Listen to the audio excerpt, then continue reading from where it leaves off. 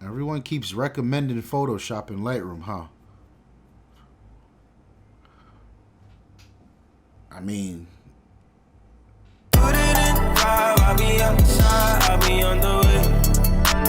I'll be on the way, you can meet me in five, I'll be your nine. what is the deal, beautiful people? My name is Ramon. Welcome to Lifestyles Defined Photo. And on this channel, we talk about one of our favorite passions, photography. Today's video is an AMA, and if you're new here, you're not sure how this works, you leave your question in the comment section down below, and we answer it in upcoming videos. Today's question from viewer Kaser, and he says, given an update. Today's question from Kaser, he says, just bought the Sony FE 85mm 1.8. I love that lens, and added it to the kit. I watched your review on it and had to have it. That's good. Thank you for checking out that review. Thank you for sticking around. I love to see when people they watch some of our content and then they come back and reference it later. Thank you. We always appreciate the support. This thing is a beast. Question: what programs are you using for post?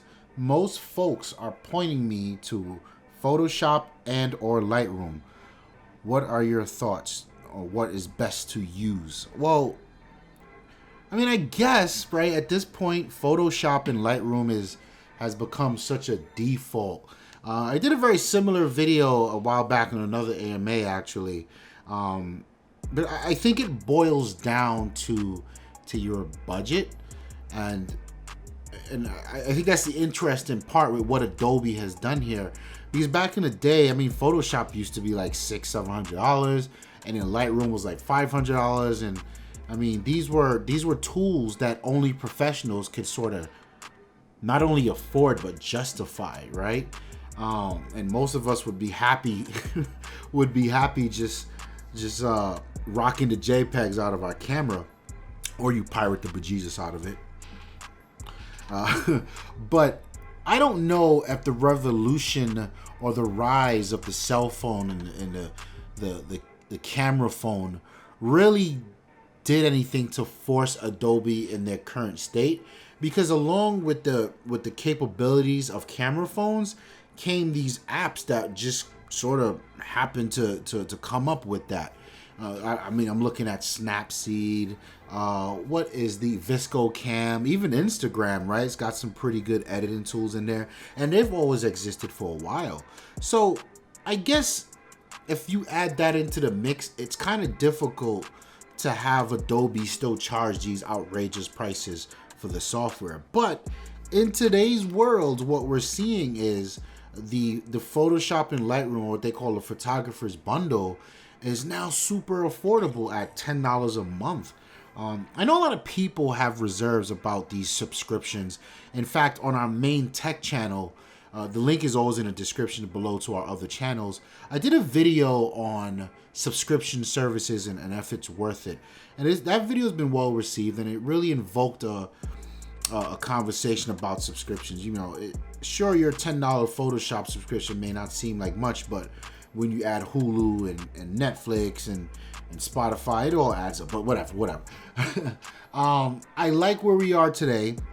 For $10, you can get both Photoshop and Lightroom, $10 a month, and 10 times 20, and that's 120 a year. It's not bad at all. But if you don't like the subscription stuff, I think there's Capture One that's out there. That's a pretty popular one right now. There's Luminar. There's a bunch of really popular photo editing softwares, and I think by and large, most of them can get you by. You know, even if you didn't want to do it, you do your post editing on your computer, you could probably turn out some bangers on your phone, right? Transfer, with the Wi-Fi from the camera these days, transfer it to the phone and get the rocking in the Lightroom that's on the phone, or the Snapseed. And really, when you look at the core of editing in specifically for me in Lightroom, I do a lot of my color work and my mood work in Lightroom, and I don't really, I have what I would like to call a documentary style. I don't really alter too much. What I shot is what I shot, but I changed the mood using colors and color grading. And then I go into Photoshop and I do a lot of my color grading using gradients.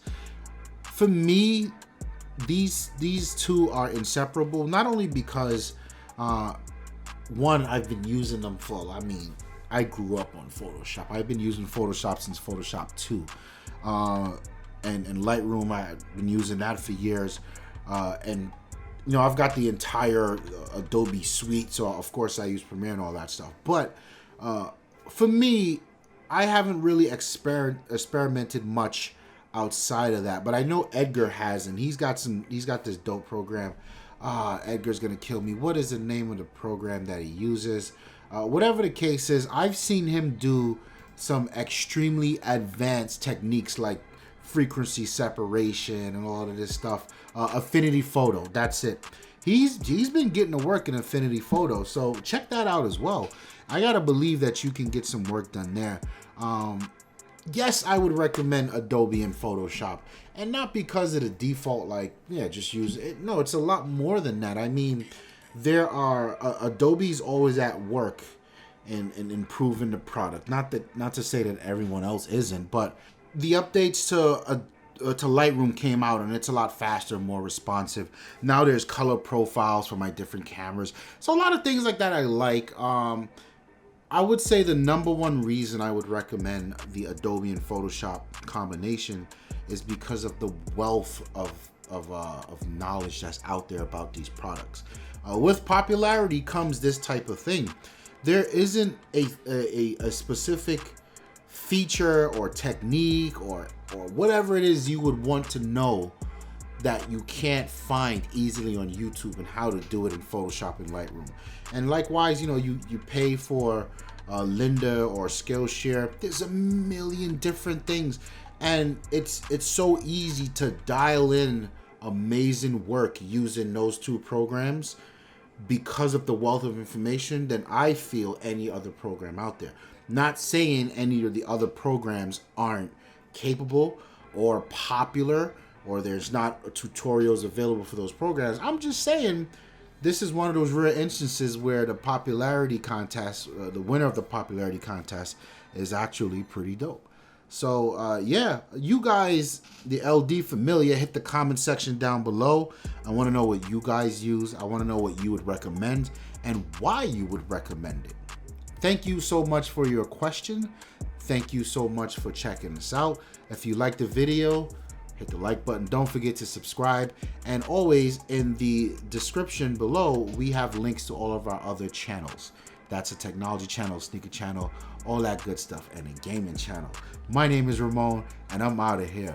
Peace. But wait, before we get out of here and that outro rolls, I want to introduce to you the Lifestyles Defined merch store. And you can access that on the website off to the right. There's a link that'll take you right into there. So how this came about is we get a lot of messages from you guys. You want to support, you want to know how to support. And it never really felt right to just straight up take your money, as crazy as that sounds. So what we did here was we went and got a bunch of designs, and we put them on shirts, hoodies, and everything else. And now we feel better because when you support us, you get something tangible. You get a piece of the community. And I think this is the way it should be. So I'm very excited about that. And I would love for you guys to head over to the website, check it out, leave a comment below, let us know how you dig into designs. And of course, thank you. Well, I guess. And the reason we started Lifestyles Defined is because if we weren't on camera arguing about these things, the technologies, the phones, the iPhones, the Androids, the cameras, the games, we'd be on the phone arguing about it. We'd be in each other's houses arguing about it. So why not just put it in front of a camera for everyone to enjoy it the way we do? That's what Lifestyles Defined is all about. We just